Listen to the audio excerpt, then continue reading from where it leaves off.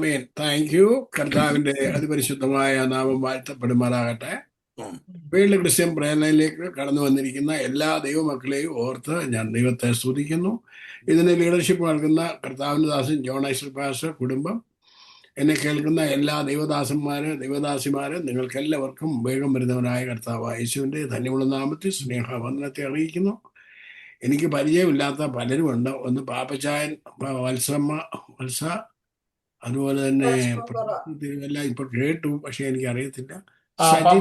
പാപ്പച്ചായന് ഞങ്ങൾ നമ്മളെ കഴിഞ്ഞ ദിവസത്തെ മീറ്റിംഗിന് മെസ്സേജ് തന്ന പാപ്പച്ചായനും വത്സമാമയാണ്. ഞങ്ങൾ ഒന്നിച്ചൂടെ ഹൂസ്റ്റണിൽ ഞങ്ങൾ ഒന്നിച്ച് ആരാധിക്കുന്നവരാണ്.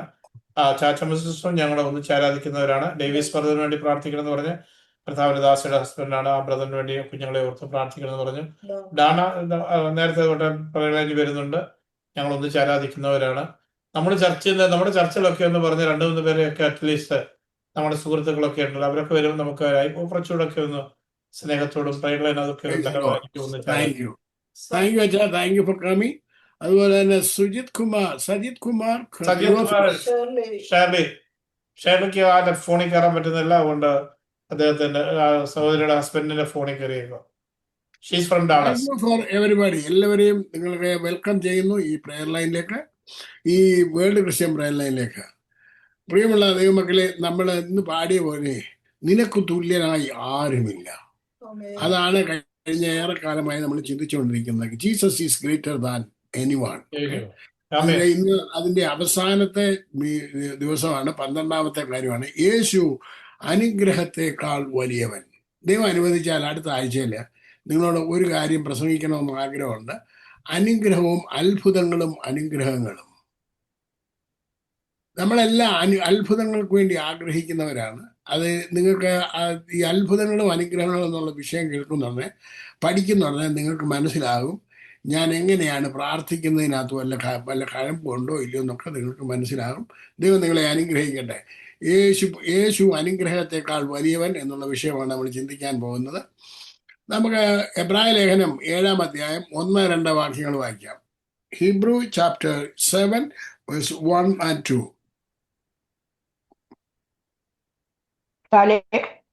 ശാലോൻ രാജാവ് അത്യുന്നതനായ ദൈവത്തിന്റെ പുരോഹിതനുമായ ഈ മൽക്കിസദേക്ക് രാജാക്കന്മാരെ ഇറങ്ങി വരുന്ന അബ്രഹാമിനെ എതിരേറ്റ് അനുഗ്രഹിച്ചു. അബ്രഹത്തിലും 10 കൊടുത്തു. അവന്റെ പേരിന് ആദ്യം നീതിയുടെ രാജാവെന്നും പിന്നെ ശലോൻ രാജാവ് എന്ന് വെച്ചാൽ സമാധാനത്തിന്റെ രാജാവും എന്നർത്ഥം. പിതാവില്ല, വംശാവില്ല. ഇവിടെ ശാലേം രാജാവും അത്യുന്നതനായ ദൈവത്തിന്റെ പുരോഹിതനുമായ ഈ മൽക്കീസദേക്ക് രാജാക്കന്മാരെ ജയിച്ച് മടങ്ങി വന്ന അബ്രഹാമിനെ എതിരേറ്റു അനുഗ്രഹിച്ചു. ആരെയാണ് അനുഗ്രഹിക്കേണ്ടത് എന്ന് നമ്മൾ പ്രത്യേകം ശ്രദ്ധിച്ചോണം. മുതിർന്നവർ താഴെയുള്ളവരെ അനുഗ്രഹിക്കണം. ഞാൻ ഏറെ വർഷങ്ങൾക്ക് മുമ്പ് കേറ്ററിങ്ങും ഒക്കെ നടത്തിക്കൊണ്ടിരുന്ന കാലയളവിൽ ഞാനൊരു വീട്ടിൽ ഓർഡർ എടുക്കാൻ വേണ്ടി പോയതാണ്. അപ്പോൾ എന്നെ ക്ഷണിച്ചു. അപ്പോൾ ഞാൻ അവിടെ ചെന്ന സമയത്ത് അവിടുത്തെ സ്ത്രീ അവരുടെ മോളെ കുറിച്ച് എന്തൊക്കെയോ പുലമ്പുന്നുണ്ട്. അച്ഛനിപ്പം മോളെ കൊണ്ട് എങ്ങാണ്ട് പോയിരിക്കുകയാണെന്ന് പറഞ്ഞു. എന്നിട്ട് എന്നോട് പറഞ്ഞു അവിടെ ഇരിക്കാൻ പറഞ്ഞു. ഇവരകത്തോട്ട് ചെന്ന് ഈ കൊച്ചിനെ ചീത്ത വിളിക്കാവുന്ന എല്ലാ ചീത്തയും വിളിക്കുന്നുണ്ട്. അത് അങ്ങനെയാണ് ഇങ്ങനെയാണ് എന്ന് പറഞ്ഞ് അവിടെ അങ്ങ് പ്രാകുകയോ ചീത്ത വിളിക്കുകയോ ഓരോന്നൊക്കെ അങ്ങ് പറഞ്ഞു. ഇപ്പം ഞാനിതെല്ലാം കേട്ടങ്ങ് മുഷിഞ്ഞു കഴിഞ്ഞിട്ട് ഞാൻ ഈ സ്ത്രീയെ ഒന്ന് വിളിച്ചകത്ത്, ഞാനിരിക്കുന്ന ആ മുറിയിലോട്ട്, സിറ്റിംഗ് റൂമിലോട്ട്, സൗകര്യം ഇങ്ങോട്ട് വന്നേന്ന് പറഞ്ഞ് വന്നു.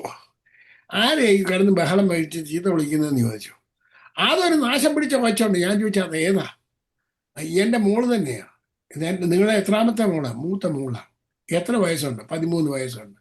ഇതിനെ കിടന്ന് അങ്ങ് പ്രാകുകയും ചീത്ത വിളിക്കുകയൊക്കെയാണ്. ഞാൻ ചോദിച്ചു, നിങ്ങൾ ഇതിനെ പ്രാകുകയും ചീത്ത വിളിക്കുകയൊക്കെ ചെയ്തതിന് ശേഷം ഈ കൊച്ചിനെ കൊണ്ട് നിങ്ങൾ ആരെടുക്കല കൊണ്ട് പ്രാർത്ഥിക്കാൻ കൊണ്ട് ചെല്ലുന്നത്?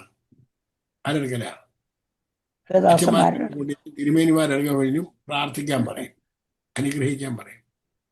അതിന് വല്ല പ്രയോജനം ഉണ്ടാവും. സ്വന്തം അമ്മ ഇതിനെ എന്തോ ചെയ്തുകൊണ്ടിരിക്കുകയാണ്. രാഗി മുടിച്ച് നശിപ്പിച്ചുകൊണ്ടിരിക്കുക.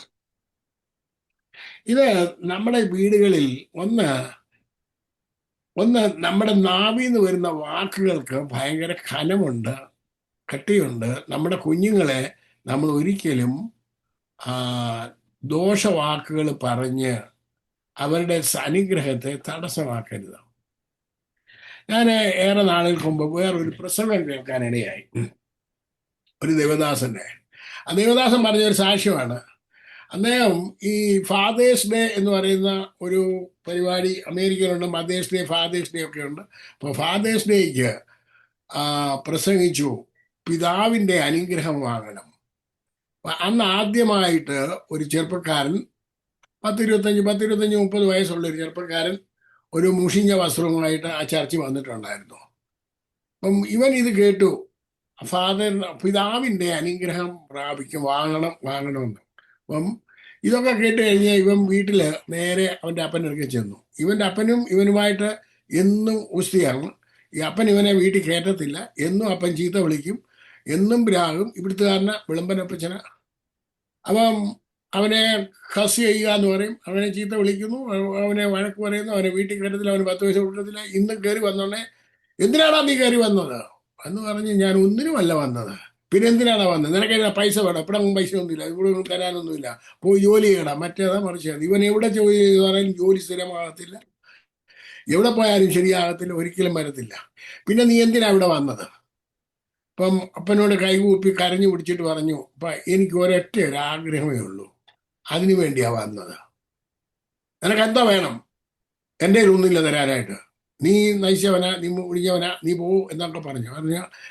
എനിക്ക് ഒരു കാര്യത്തിന് വേണ്ടി മാത്രമാണ് ഞാൻ വന്നത്, അതെനിക്കൊന്ന് തരാമോ എന്ന് ചോദിച്ചു. എന്താ വേണ്ടിയത് പറ. അപ്പൻ എന്നെ ഒന്ന് അനുഗ്രഹിക്കാമോ? അപ്പൻ എന്നെ ഒന്ന് അനുഗ്രഹിക്കാം. അങ്ങനെ അനുഗ്രഹിക്കാമോ എന്ന് ചോദിച്ച ആരാണ് ബൈബിളിനകത്ത്? അങ്ങനെ കരഞ്ഞോണ്ട് ചോദിച്ച ആരായിരുന്നു? കരഞ്ഞോണ്ട് അനുഗ്രഹം ചോദിച്ച ആരെങ്കിലും ഉണ്ടോ ബൈബിളിനകത്ത്? ഏശാവ് കരഞ്ഞോണ്ട് ചോദിച്ച മാതിരി എന്നെ ഒന്ന് അനുഗ്രഹിക്കാമോ എന്ന് ചോദിച്ചു. എന്നിന്റെ ഒരു അനുഗ്രഹമില്ല. ഈ അപ്പൻ നേരെ കഥ അടച്ചിട്ട് അകത്തോട്ട് കയറി അങ്ങ് പോയി. ഒരു അക്ഷരവും വേണ്ടിയില്ല. 1 മണിക്കൂറായി, 2 മണിക്കൂറായി ഈ കൊച്ചൻ വെയിറ്റ് ചെയ്യുകയാണ്. 2-2.5 മണിക്കൂറായിരുന്നെ ഇയാള് ഇറങ്ങി വന്നു. കരഞ്ഞുകൊണ്ടാണ് ഇറങ്ങി വന്നത്. എങ്ങനെ വന്ന് ഇറങ്ങി വന്നിട്ട് അവനെ അനുഗ്രഹിച്ചു. അതിനുശേഷം അവന് ഒരിക്കലും ഒരു ദോഷവും വരാതെ ജീവിക്കാൻ സാധിച്ചു എന്നുള്ളൊരു സാക്ഷ്യം കേൾക്കാനിടയായി. നമ്മൾ ആരുടെയും അനുഗ്രഹം വാങ്ങിയില്ലെങ്കിലും നമ്മുടെ മാതാപിതാക്കളുടെ അനുഗ്രഹം നമ്മൾ എന്ത് ചെയ്യണം? വാങ്ങാൻ പഠിക്കണം. ഇന്ന് കേരളത്തിന്റെ അവസ്ഥ നോക്കിയാൽ എങ്ങനെയാണ്?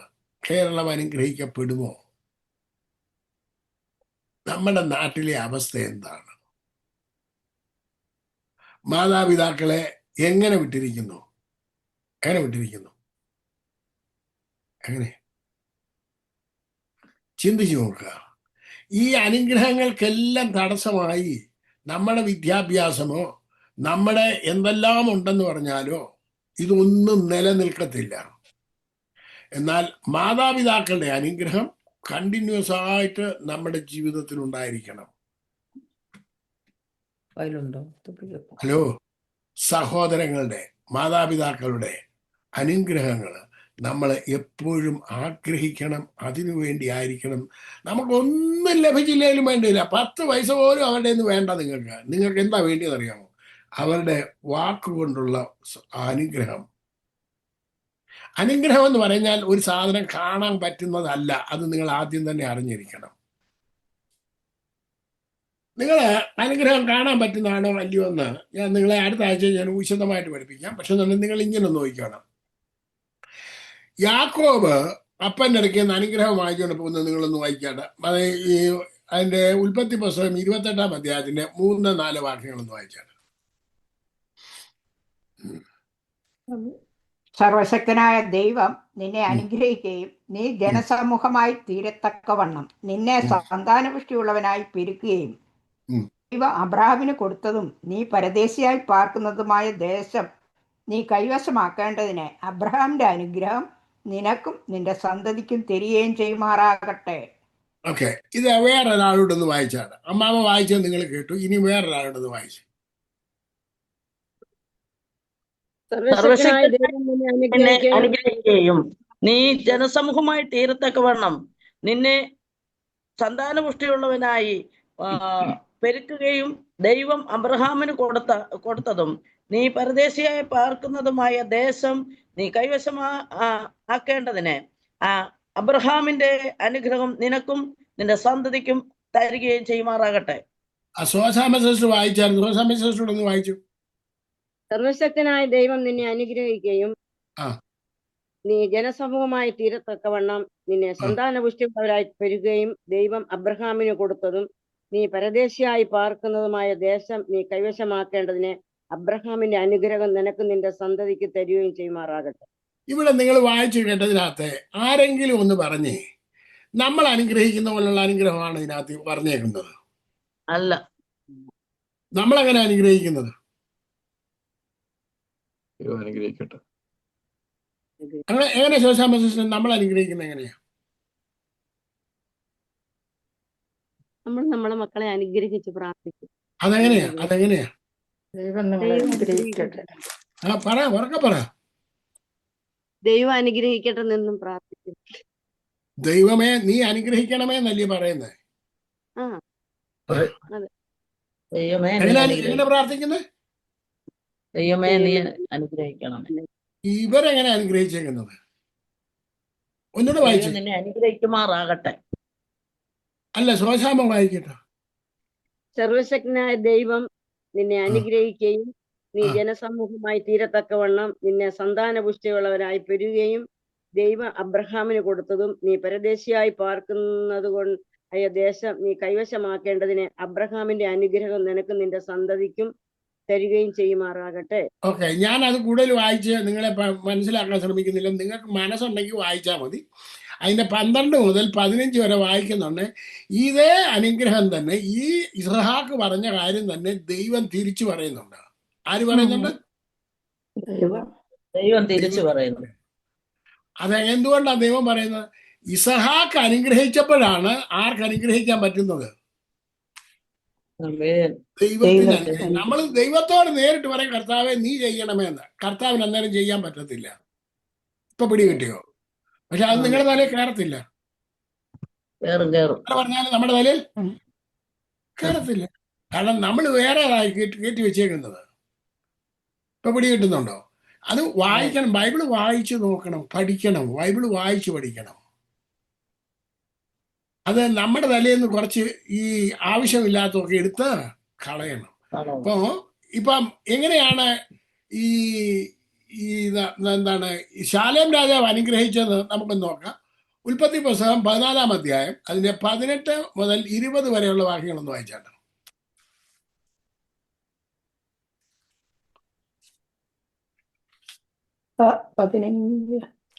14-ന്റെ 18 മുതൽ 20 വരെ. മൽക്കിസദേക്ക് അപ്പവും മീനും കൊണ്ടുവന്നു. അവൻ അത്യുന്നതനായ ദൈവത്തിന്റെ പുരോഹിതനായിരുന്നു.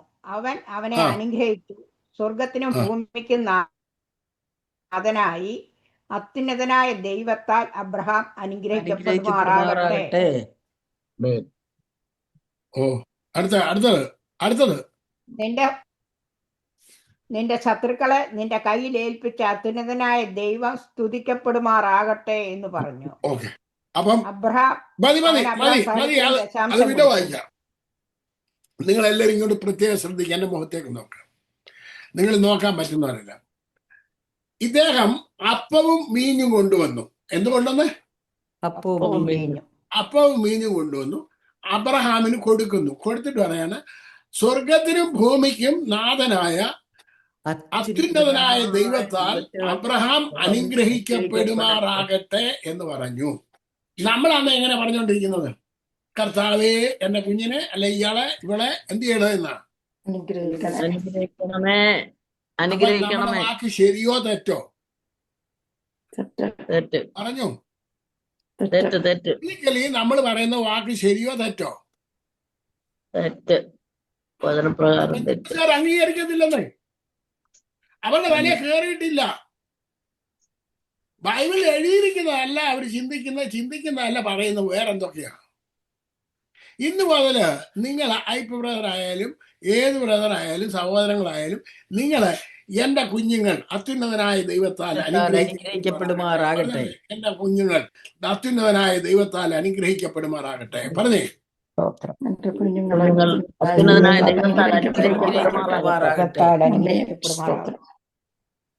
അപ്പം ഇവിടെ പ്രത്യേകം ശ്രദ്ധിച്ചോണം. അനുഗ്രഹിക്കപ്പെടുമാറാകട്ടെ എന്ന് പറയുമ്പോൾ അബ്രഹാം എന്താ കൊടുത്തത്? അപ്പവും മീനും. അബ്രഹാം എന്ത് കൊടുത്തു? അവന് സകലത്തിനും എന്ത് കൊടുത്തു? ദശാംശം. അബ്രഹാം സകലത്തിനും. ആ, ഇതിനു മുമ്പ് ആരെങ്കിലും ദശാംശം കൊടുത്തായിട്ട് ബൈബിളിനകത്തുണ്ടോ? ഇല്ല. അപ്പം എന്തിനാണ് ദശാംശം കൊടുത്തത്?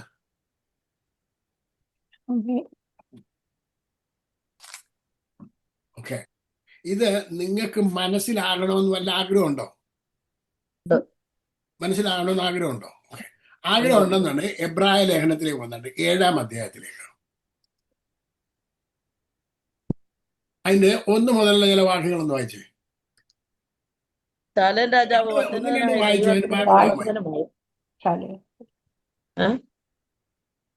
നേരത്തെ ആദ്യം വായിച്ച വാക്യം തന്നെയാണ്.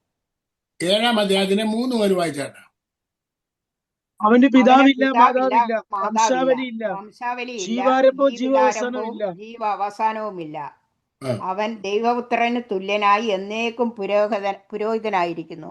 ആ, ബാക്കി വായിരങ്ങള്. ഇവൻ എത്ര മഹാൻ എന്ന് നോക്കുവേൻ. ആ.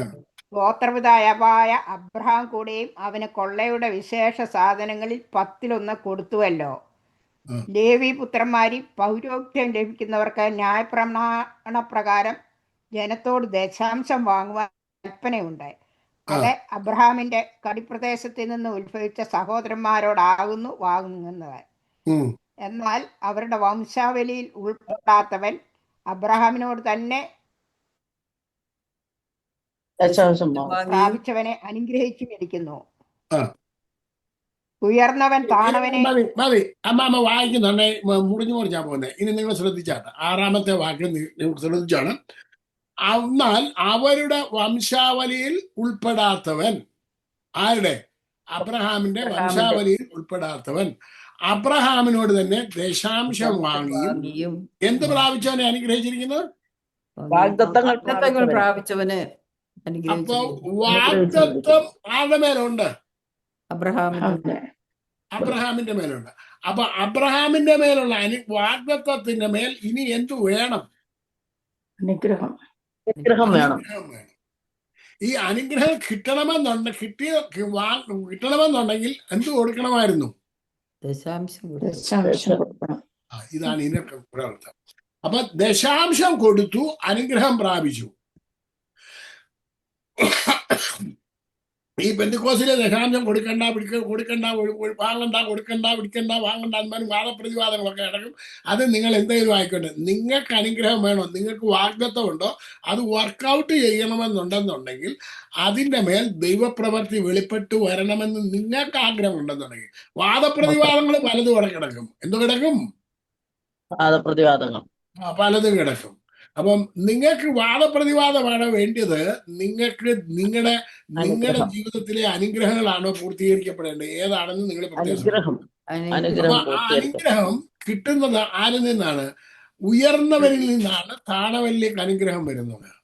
അപ്പൊ ഉയർന്നവരിൽ നിന്ന് നമ്മൾ അനുഗ്രഹം വാങ്ങാനായിട്ട് പഠിക്കണം. എന്ത് ചെയ്യാൻ പഠിക്കണം? അനുഗ്രഹം പ്രാപിക്കാൻ പഠിക്കണം.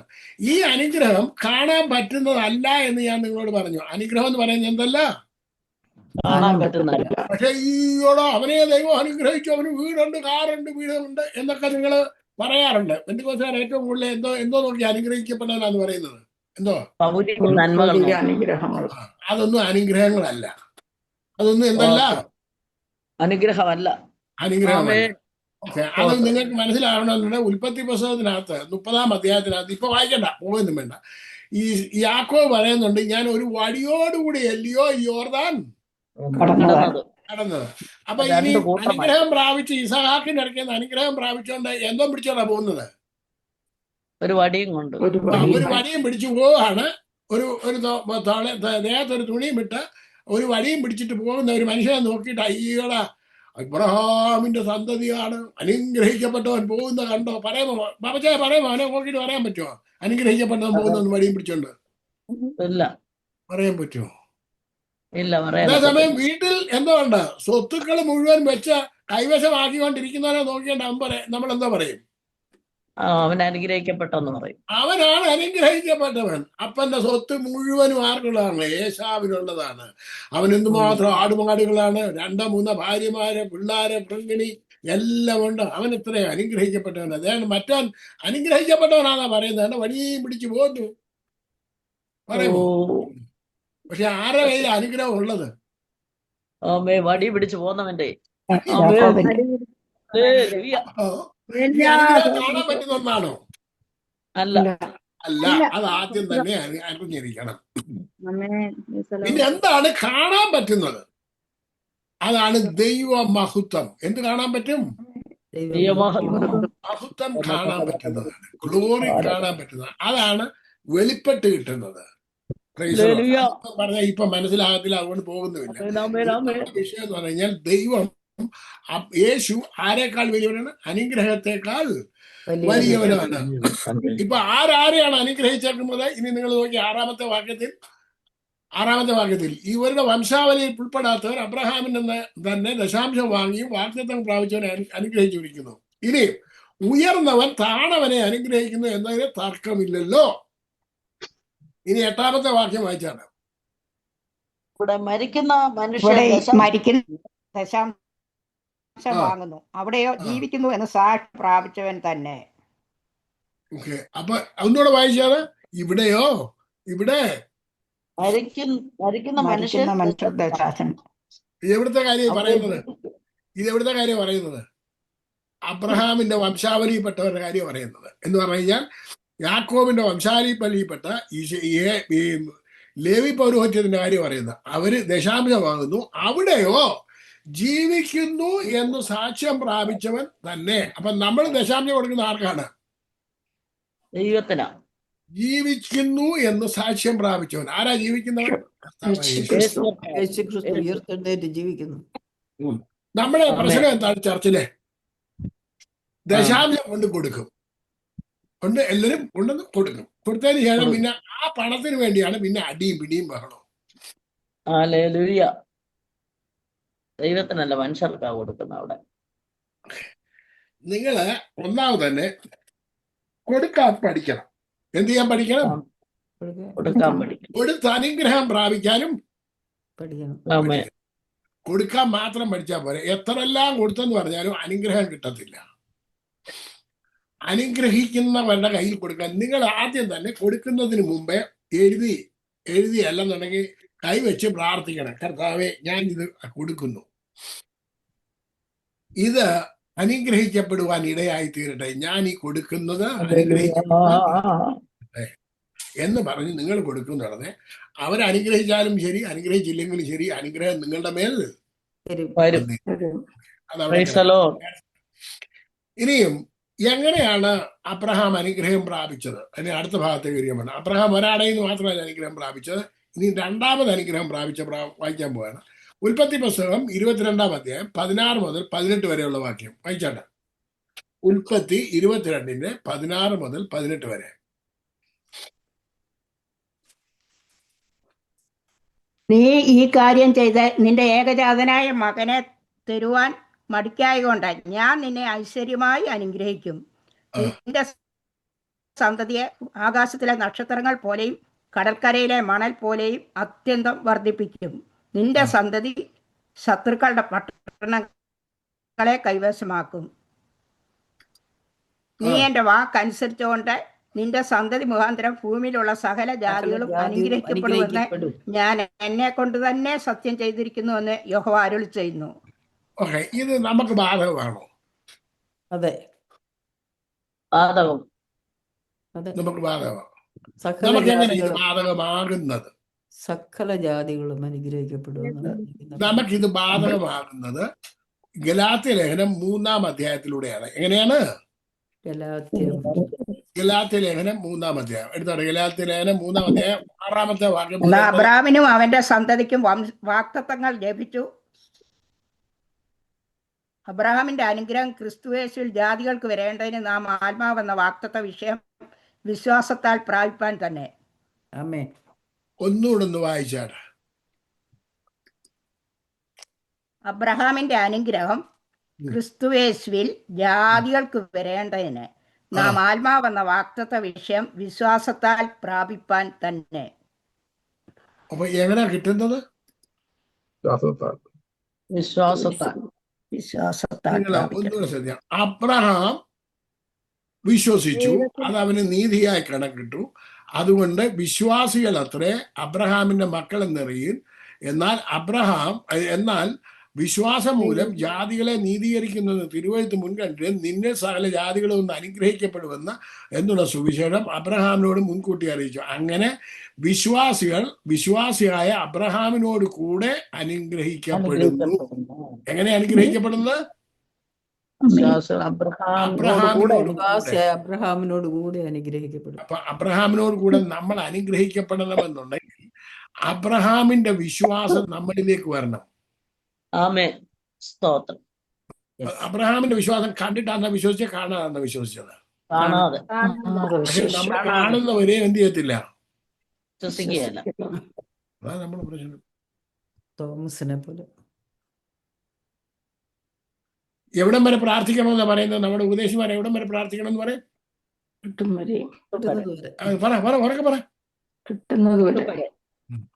അപ്പൊ കിട്ടുന്നത് വരെ നമ്മൾ എന്ത് ചെയ്യത്തില്ല, വിശ്വസിക്കുകയല്ല.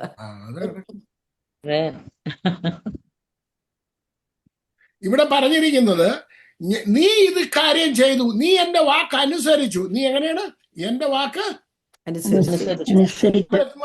നമ്മൾ ആരെ അനുസരിക്കുന്നത്? ദൈവത്തെ ആണോ അനുസരിക്കുന്നത്? ദൈവത്തെ അനുസരിപ്പിക്കുകയാണോ? ദൈവത്തെ അനുസരിപ്പിക്കുക. മക്കളെ, ഈ പുതിയ നിയമവും പഴയ നിയമവും തമ്മിൽ നമുക്ക് ഒരുപാട് വ്യത്യാസങ്ങൾ മനസ്സിലാക്കണം.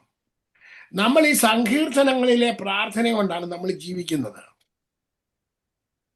സങ്കീർത്തനങ്ങളിലെ പ്രാർത്ഥന, ആ സങ്കീർത്തനങ്ങളിലെ പ്രാർത്ഥന ഒന്നും നമുക്ക് എഫക്റ്റീവ് ആകത്തില്ല.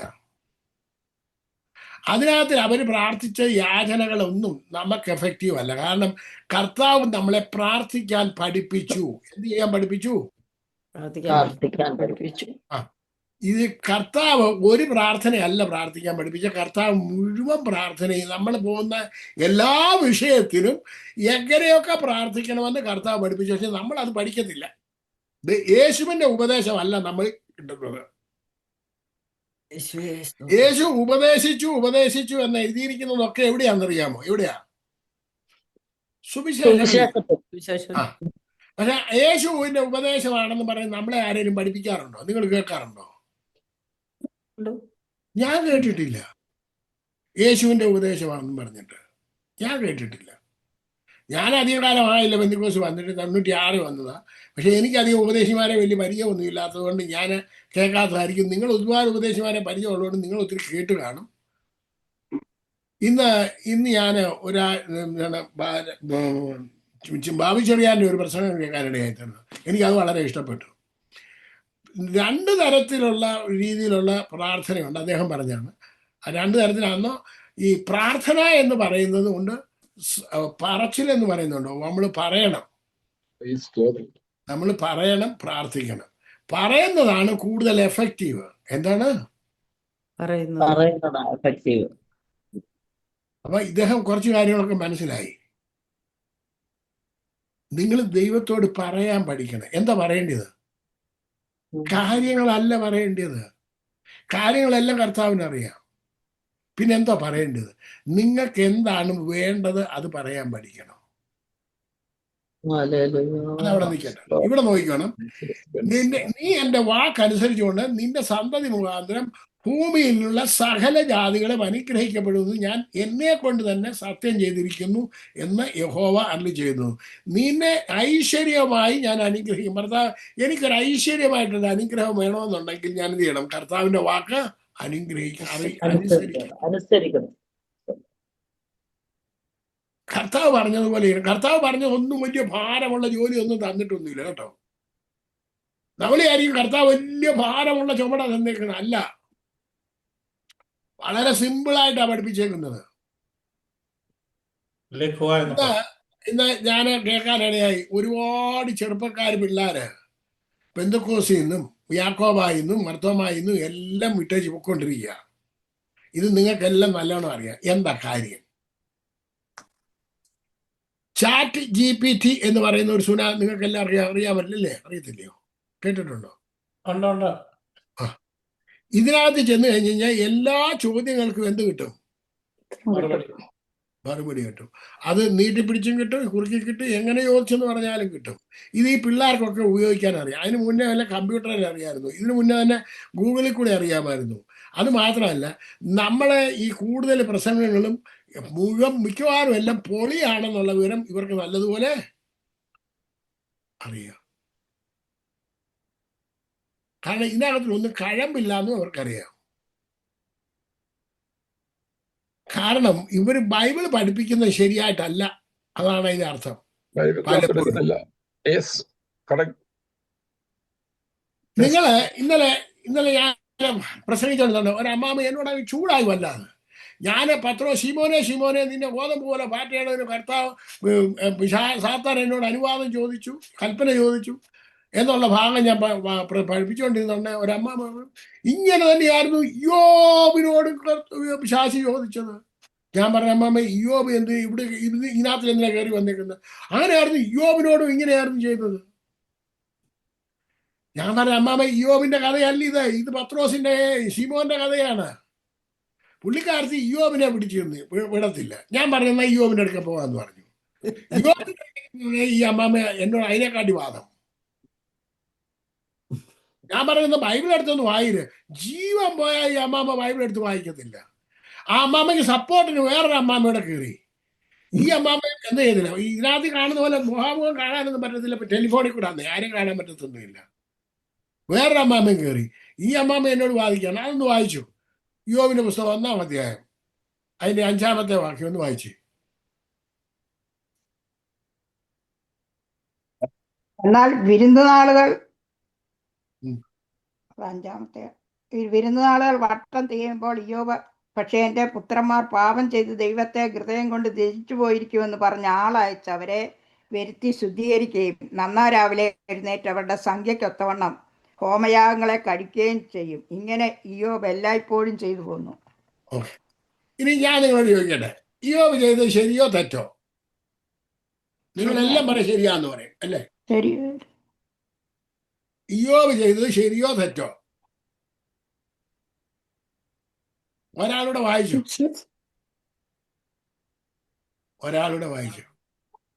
എന്നാൽ വിരുന്നാളുകൾ വട്ടം തികയുമ്പോൾ ഇയ്യോബ്, പക്ഷെ എന്റെ പുത്രന്മാർ പാപം ചെയ്തു ദൈവത്തെ ഹൃദയം കൊണ്ട് ത്യജിച്ചു പോയിരിക്കും എന്ന് പറഞ്ഞ് ആളയച്ച് അവരെ വരുത്തി ശുദ്ധീകരിക്കുകയും നന്നായി രാവിലെ എഴുന്നേറ്റ് അവരുടെ സംഖ്യയ്ക്കൊത്തവണ്ണം ഹോമയാഗങ്ങളെ കഴിക്കുകയും ചെയ്യും. ഇങ്ങനെ ഇയ്യോബ് എല്ലായ്പ്പോഴും ചെയ്തു പോകും. ഇനി സ്വശാമ്പസികൾ പറഞ്ഞേ, നിങ്ങൾ ഒത്തിരി പ്രസംഗം കേട്ടിട്ടുള്ളതാണ്. ഇയ്യോബിനെ പോലെ നമ്മുടെ പിള്ളേർക്ക് വേണ്ടി നിരന്തരം പ്രാർത്ഥിക്കണമെന്നല്ലയോ നമ്മൾ കേട്ടേക്കുന്നതല്ല. ആണോ അല്ലയോ? ആണോ? ഇയ്യോബ് ചെയ്ത് ശരിയോ തെറ്റോ? തെറ്റാന്ന്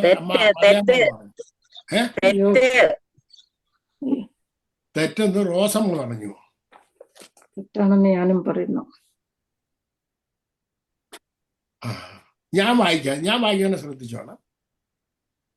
എന്നാൽ വിരുന്നുനാൾ വട്ടം തികയുമ്പോൾ ഇയ്യോബ്, പക്ഷേ എന്റെ പുത്രന്മാർ പാപം ചെയ്ത് ദൈവത്തെ ഹൃദയം കൊണ്ട് ത്യജിച്ചു പോയിരിക്കാം എന്നാണോ പോയിരിക്കും എന്നാ പറഞ്ഞേക്കുന്നത്? ഡൗട്ട് പോയിരിക്കാമെന്നാണോ പോയിരിക്കും എന്നാണ് പറഞ്ഞേക്കുന്നത്? പോയിരിക്കാമെന്നാണ് എഴുതിയിരിക്കുന്നത്. അത് പോസിറ്റീവാണ്. അമ്മാമ്മ ബൈബിൾ വായിക്കും മാമേ, ജീവൻ പോയി വായിക്കത്തില്ല. ഇരിക്കും എന്ന് പറയുമ്പം ഇരിക്കും എന്ന് പറഞ്ഞു കഴിഞ്ഞാൽ പോയി. അതാരോടാ പറഞ്ഞത്? അതാരോടാ പറഞ്ഞത്? എന്ന് പറഞ്ഞു എന്നാണ് എഴുതിയിരിക്കുന്നത്. അപ്പൊ ഇരിക്കും എന്ന് പറഞ്ഞു എന്ന് ആരോടാ പറഞ്ഞത്? തന്നെത്താൻ പറഞ്ഞത്. തന്നെത്താനോ? കൊണ്ട് ഭാര്യയോടാണോ? ഭാര്യയോട് പറയണമെന്നുണ്ടെങ്കിൽ ഇവരെ ഈ പാർട്ടിക്ക് വിളിച്ചിട്ടുണ്ടായിരുന്നോ? ഇല്ല ഇവരെ ഈ പാർട്ടിക്ക് വിളിച്ചിട്ടുണ്ടായിരുന്നോ? ഇല്ല ഇല്ല. ദൈവത്തോടാ പറഞ്ഞേ, ദൈവത്തോടാന്ന് പറഞ്ഞേ. അല്ലേ? ആരോടാ പറഞ്ഞു? അല്ലേ? യാഗം കഴിച്ചവർക്ക് വേണ്ടിയല്ലേ? അടുത്തിരുന്ന് ആരോടോ പറഞ്ഞു. ദൈവത്തിന് ആരോടോ പറഞ്ഞു. അങ്ങനെ മനസ്സ് മനസ്സിലല്ല, പറഞ്ഞു എന്നാ എഴുതിയിരിക്കുന്നത്. പറഞ്ഞു. വാഗൊണ്ട് പറഞ്ഞിട്ട് പറഞ്ഞു. എല്ലാം പറയാണ് പറഞ്ഞു. പറഞ്ഞു. ആരെ പറ്റിയാ പറഞ്ഞത്? മക്കളെ മക്കളെ പറ്റി നല്ലതാന്നോ പറഞ്ഞത്? അല്ല. അല്ല, ദൈവത്തെ വിട്ടു പോയി. എന്നിട്ട് പറയാണ് അവരെ ആളയച്ചു വരുത്തി ശുദ്ധീകരിക്കുകയും നന്നാ രാവിലെ എഴുന്നേറ്റ് അവരെ സംഖ്യയ്ക്ക് കൊണ്ട് ഹോമയാഗം കഴിക്കുകയും ചെയ്യും. ഇങ്ങനെ യോബ് എല്ലായ്പ്പോഴും എല്ലായ്പ്പോഴും പുള്ളിയുടെ പരിപാടി എന്തായിരുന്നു? ഇങ്ങനെ പറയുകയും ചെയ്യും, ഇത് ചെയ്യുകയും ചെയ്യും. യാഗം കഴിക്കും. ഇനി അതിന്റെ താഴോട്ട് ചെന്നിട്ട് ഈ സാത്താന് അവിടെ യേശുവിന്റെ അടുക്ക വന്നേക്കും, യഹോവയുടെ അടുക്ക വന്നേക്കുന്നു. യഹോവ സാത്താനോട് 7 മുതൽ 7 8 ബാക്കി ഒന്ന് വായിച്ചിട്ട്. യഹോവ സാത്താനോട് നീ എവിടെ നിന്ന് വരുന്നു എന്ന് ചോദിച്ചതിന് സാത്താൻ യഹോവയോട് ഞാൻ ഭൂമിയിൽ ഊടാടി സഞ്ചരിച്ചിട്ട് വരുന്നു എന്ന് ഉത്തരം പറഞ്ഞു. യഹോവ സാത്താനോട് എന്റെ ദാസനായ യോബിന്റെ മേൽ നീ ദൃഷ്ടി വെച്ചുവോ? അവനെ പോലെ മതി. ഈ സാത്താൻ എന്തെങ്കിലും പറഞ്ഞോ ദൈവത്തോട്? ഇവനെ ഇന്ന പോലെ ചെയ്തെന്ന് വല്ലതും പറഞ്ഞോ? ഇല്ല. സാത്താൻ ദൈവത്തോട് എന്തെങ്കിലും കുറ്റം പറഞ്ഞോ? അപവാദം പറഞ്ഞോ? ഇല്ല. പിന്നെ ദൈവം എന്തുകൊണ്ടാ ചോദിച്ചത് നീ എന്റെ ദാസനായി യോബിന്റെ മേൽ ദൃഷ്ടി വെച്ചോ എന്ന് ചോദിക്കാനുള്ള കാരണം എന്താ? ഓൾറെഡി യോബ് അവിടെ പ്രശ്നം ഉണ്ടാക്കി വെച്ചത് കൊണ്ട്. ഓൾറെഡി യോബ് പറഞ്ഞു പോയി പിടിപ്പിച്ച് വെച്ചിട്ടുണ്ടെന്നുള്ള വിവരം എല്ലാവർക്കും അറിയാം. നിന്റെ വാക്കുകളാൽ നീ നീതീകരിക്കപ്പെടുകയും നിന്റെ വാക്കുകളാൽ നീ കുറ്റം വിധിക്കപ്പെടുകയും നീ പറയുന്ന ഏത് നിസാര വാക്കിനും ന്യായവിധി ദിവസത്തിൽ കണക്ക് കൊടുക്കേണ്ടി വരും. അപ്പൊ ഈ വാക്ക് ആണ് പ്രശ്നം ഉണ്ടാക്കിയിരിക്കുന്നത്, അല്ലേ? ഇനി അതിന്റെ 3-ാം അധ്യായത്തിന്റെ 25-ാമത്തെ വാക്യം കൊണ്ടൊന്ന് വായിച്ചേ. ഞാൻ പേടിച്ചത് തന്നെ എനിക്ക് നേരിട്ടു, ഞാൻ ഭയപ്പെട്ടിരുന്നത് ഭവിച്ചു. പേടിയും ഭയവും ആരുടേതാ? ദൈവത്തിന്റെ ആണോ? അല്ല, യോബ് ഭയപ്പെട്ടു. അപ്പൊ പിശാചിന് ഇടം കൊടുത്തത് ആരാ? നമ്മൾ ഈ കിടന്ന് പിള്ളേർക്ക് വേണ്ടി കിടന്ന് ബഹളം വെച്ച് പ്രാർത്ഥിക്കേണ്ട വല്ല കാര്യമുണ്ടോ? അവരെ ഒന്ന് അനുഗ്രഹിച്ച് വിട്ടേച്ചാ മതി. നിങ്ങൾ അവരെ അനുഗ്രഹിച്ചു വിട്ട എന്റെ കുഞ്ഞുങ്ങൾ അനുഗ്രഹിക്കപ്പെടും, അനുഗ്രഹിക്കപ്പെടാതിരിക്കത്തില്ല. അവരെ ഞാൻ സ്തോത്രം.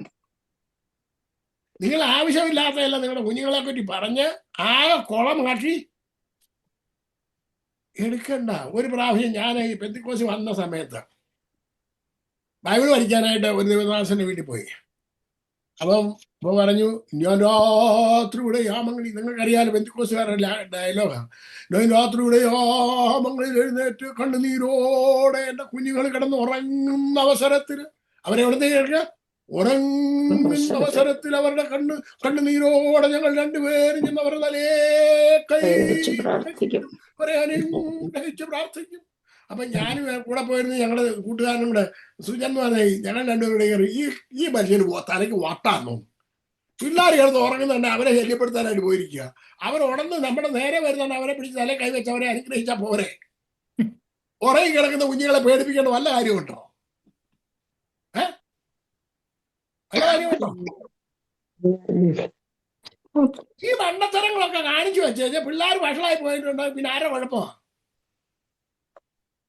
പിള്ളേരെ പേടിപ്പിക്കേണ്ട വല്ല കാര്യമുണ്ടോ? രാത്രി ചെന്ന ആരോ എന്റെ കുഞ്ഞു കൊച്ചൻ പേടിച്ച് വിറച്ച് കിടക്കായിരിക്കും. ആ ഒരു ദേശത്ത് കരച്ചിലും വിളിയും തലേ ആറാണ്ട് പിടിച്ചേക്കുന്നു, കൊച്ചു കുറച്ച് പേടിച്ചു കാണും. ഇതിന്റെ വല്ല ആവശ്യമുണ്ടോ? വിളിച്ചു പറയണം. നിങ്ങളെ കുഞ്ഞുങ്ങളെ ഇങ്ങനെ അരിയെ വിളിച്ചിട്ട് മോനെ ദൈവത്താൽ എന്റെ കുഞ്ഞ് അനുഗ്രഹിക്കപ്പെടുമാറാകട്ടെ. നിങ്ങളുടെ കൊച്ചുമക്കളെ വിളിച്ച് അനുഗ്രഹിക്കണം. യേശുവിന്റെ നാമത്തിൽ എന്റെ കുഞ്ഞുങ്ങളെ സ്വർഗത്തിലെ ഭൂമിക്ക് നാഥനായ ക്രിസ്തു യേശുവിന്റെ നാമത്തിൽ അനുഗ്രഹിക്കപ്പെടുമാറാകട്ടെ.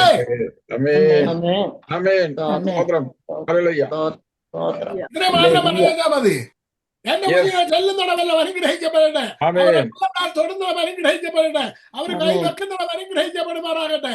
എന്റെ ഭാര്യ എന്റെ കുഞ്ഞുങ്ങളെ അനുഗ്രഹിക്കപ്പെടട്ടെ. ഭർത്താക്കന്മാരെ ഭാര്യമാരെ അനുഗ്രഹിക്കാൻ പഠിക്കണം. ചീത്ത വിളിക്കാനല്ല പഠിക്കേണ്ടത്. ചീത്ത വിളിക്കാൻ എല്ലാവർക്കും അറിയാം. ഹലോ, വല്ലതും മനസ്സിലാകുന്നുണ്ടോ? ഞാൻ എന്റെ ഭാര്യയെ എല്ലാ ദിവസവും പ്രാർത്ഥിച്ച് അനുഗ്രഹിച്ചാ വിടുന്നത്. എങ്ങനെ വിടുന്നത്? എല്ലാ ദിവസവും പ്രാർത്ഥിച്ച് അനുഗ്രഹിച്ചാ വിടുന്നു. മക്കളെ, നമ്മള് നമ്മുടെ കുടുംബത്തെ അനുഗ്രഹിക്കാൻ പഠിക്കണം. ആരെയും അനുഗ്രഹിക്കാൻ പഠിക്കണം. അപ്പോ അനുഗ്രഹം നമ്മുടെ മേൽ എങ്ങനെ വരുന്നതെന്നൂടെ കാണിച്ചിട്ട് ഞാൻ ഇവിടെ നിർത്താം. ഉൽപ്പത്തി പുസ്തകം 14-ാം അധ്യായം, ഉൽപ്പത്തി പുസ്തകം 28-ാം അധ്യായം, അതിന്റെ 15 മുതൽ 13 മുതൽ ഒന്ന് വായിച്ചാട്ടോ. അതിന്മീതെ യഹോവ നിന്നു അരുളി ചെയ്ത്, ഞാൻ നിന്റെ പിതാവായ അബ്രഹാമിന്റെ ദൈവവും ഇസാക്കിന്റെ ദൈവമായ യഹോവ ആകുന്നു. നീ കിടക്കുന്ന ഭൂമിയെ ഞാൻ നിനക്കും നിന്റെ സന്തതിക്കും തരും. നിന്റെ സന്തതി ഭൂമിയിലെ പൊടി പോലെയാകും. നീ പടിഞ്ഞാറോട്ടും കിഴക്കോട്ടും വടക്കോട്ടും തെക്കോട്ടും പരക്കും. നീ മുഖാന്തരം നിന്റെ സന്തതി മുഖാന്തരവും ഭൂമിയിലെ സകല വംശങ്ങളും അനുഗ്രഹിക്കപ്പെടും. ഇതാ ഞാൻ നിന്നോട് കൂടെ ഉണ്ട്. നീ പോകുന്നിടത്തൊക്കെ നിന്നെ കാത്ത് ഈ രാജ്യത്തേക്ക് നിന്നെ മടക്കി വരുത്തും. ഞാൻ നിന്നെ കൈവിടാതെ നിന്നോട് അരുളി ചെയ്തത് നിവർത്തിക്കും. ആര് പറഞ്ഞ കാര്യങ്ങളൊക്കെ ദൈവം ഇപ്പൊ പറയുന്നത്? ഇസാക്ക് പറഞ്ഞ അനുഗ്രഹമാണ്. പറഞ്ഞ കാര്യം തന്നെയാ ദൈവം പറയുന്നത്. അപ്പൊ നിങ്ങൾ ഭൂമി കെട്ടുന്നത് ഞാൻ ഇനി ചോദിക്കട്ടെ, ഈ യാക്കോബ് അനുഗ്രഹം പിടിച്ചു വാങ്ങിച്ചുകൊണ്ട് പോയേ എന്ന് പറഞ്ഞ് കരച്ചു കാണും ബെന്തിക്കോസ്തുകാർ മുഴുവനും. ഇസഹാക്കിന്റെ അനുഗ്രഹം, ഏശാവിന്റെ അനുഗ്രഹം വാങ്ങിച്ചുകൊണ്ട് പോയെന്ന് പറഞ്ഞിട്ട് അതിന്റെ 27-ാം അധ്യായത്തിൽ ഒന്ന് എടുത്താട്ട്. 27-ാം അധ്യായം അതിന്റെ 28-29 വാക്യം വായിച്ചാട്ട്. അതിനകത്തില് ഈ അനുഗ്രഹങ്ങളുടെ ഒരൊറ്റ അക്ഷരമെങ്കിലും അതിനകത്തിലുണ്ടെന്ന് നോക്കിയേ. ദൈവം ആകാശത്തിലെ മഞ്ഞും ഭൂമിയുടെ പുഷ്ടിയും അനവധി ധാന്യവും വീഞ്ഞും നിനക്ക് തെരുമാറാകട്ടെ. വംശങ്ങൾ നിന്നെ സേവിക്കട്ടെ, ജാതികൾ നിന്നെ വണങ്ങട്ടെ. നിന്റെ സഹോദരന്മാർക്ക് നീ പ്രഭു ആയിരിക്കും. നിന്റെ മാതാവിന്റെ പുത്രന്മാർ നിന്നെ വണങ്ങട്ടെ. നിന്നെ ശപിക്കുന്നവർ എല്ലാം ശപിക്കപ്പെട്ടവൻ, നിന്നെ അനുഗ്രഹിക്കുന്നവനെല്ലാം അനുഗ്രഹിക്കപ്പെട്ടവൻ. ഇപ്പം ഇസഹാക്ക് യാക്കോബിനെ അനുഗ്രഹിച്ച അനുഗ്രഹങ്ങളിലെ ഒരനുഗ്രഹമെങ്കിലും ഏശാവിനെ അനുഗ്രഹിക്കാൻ ഇസഹാക്ക് തീരുമാനിച്ചിട്ടുണ്ടായിരുന്നോ? ഇല്ല. പിന്നെ എന്തനുഗ്രഹം പിടിച്ചു വാങ്ങിച്ചോണ്ട് പോയെന്ന് പറയുന്നത് എന്തുകൊണ്ടുകാരുടെ സങ്കടമല്ല. ഒരനുഗ്രഹവും ഇല്ലായിരുന്നേ. അത് ഏശാവിന് വേണ്ടി മാറ്റി വെച്ചിരുന്ന കാരണം എന്താണെന്നറിയാമോ? ഏശാവ് തന്റെ ജ്യേഷ്ഠാവകാശം വിറ്റ് കളഞ്ഞുകൊണ്ട് എന്റെ കുഞ്ഞ് എങ്ങനെയെങ്കിലും ഒന്ന് അനുഗ്രഹിക്കപ്പെട്ട് പോകട്ടെ ഉദ്ദേശിച്ചിട്ട് അദ്ദേഹം അനുഗ്രഹിക്കാൻ ചിന്തിച്ച ഒരു കാര്യമാണ്. അതും അവന് കിട്ടിയില്ല. കാരണം എന്താണെന്നറിയാമോ? അതിന് കാരണമുണ്ട്. നഷ്ടപ്പെടുത്തി. അനുഗ്രഹം കിട്ടാഞ്ഞതിന്റെ കാരണം അത് എബ്രായ ലേഖനം 12-ാം അധ്യായത്താണ്. ജ്യേഷ്ഠാവകാശം വിറ്റുകൾ അതിന്റെ 16-ാമത്തെ വാക്യമാണെന്ന് തോന്നുന്നു. ഓക്കെ, 16-ാമത്തെ വാക്യം വായിച്ചു. ഒരു ഊണിന് ജ്യേഷ്ഠാവകാശം വിറ്റുകളഞ്ഞ ഏശാവിനെ പോലെ അഭക്തനോ ആയിത്തീരുകയും ചെയ്യാതിരിപ്പാൻ കരുതിക്കൊള്ളുവീൻ. അവൻ പിന്നത്തേതിൽ അനുഗ്രഹം ലഭിപ്പാൻ ആഗ്രഹിച്ച് കണ്ണുനീരോടുകൂടെ അപേക്ഷിച്ചിട്ടും തള്ളപ്പെട്ട് മാനസാന്തരത്തിന്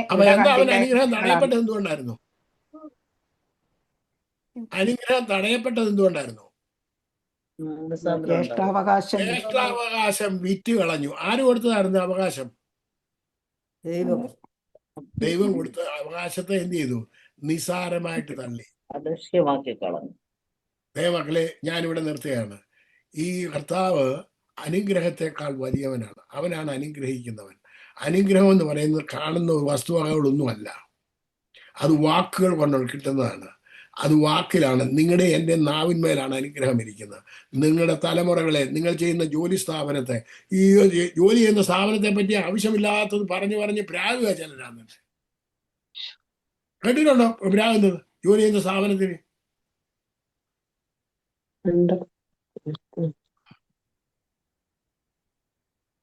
അവിടുന്ന് നിങ്ങൾക്ക് ആഹാരം വരുന്നത്. ഇതിന് ജോലി ചെയ്യുന്ന സ്ഥാപനത്തിന് മുതലാളിയും പ്രാകും. എവിടുന്ന് അനുഗ്രഹം വരും? നമ്മൾ ആരാധിക്കുന്ന സ്ഥലത്തെ പറ്റി കുറ്റം പറയും. നമ്മൾ ഒരുപാട് മാറ്റം വരുത്തണം.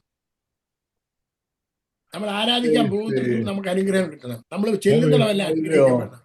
അതുകൊണ്ട് നമ്മൾ ഒത്തിരി സൂക്ഷിക്കണം, നമ്മുടെ നാവിനെ സൂക്ഷിക്കണം. ദൈവം ഈ വചനങ്ങളാൽ നിങ്ങളെ എല്ലാവരെയും അനുഗ്രഹിക്കട്ടെ, സഹായിക്കട്ടെ എന്ന് പറഞ്ഞുകൊണ്ട് എൻ്റെ വാക്കുകളെ അവസാനിപ്പിക്കുന്നു. നിങ്ങളെല്ലാവരും ദൈവത്താൽ അനുഗ്രഹിക്കപ്പെടുവാൻ ഇടയായി തീരട്ടെ. യേശു കർത്താവിൻ്റെ നാമത്തിൽ നിങ്ങളെ അനുഗ്രഹിച്ച് പ്രാർത്ഥിക്കുന്നു. പ്രാർത്ഥന കേട്ടിരിക്കുക. സ്തോത്രം യേശുവിൻ നാമത്തിൽ തന്നെ. ആമേൻ.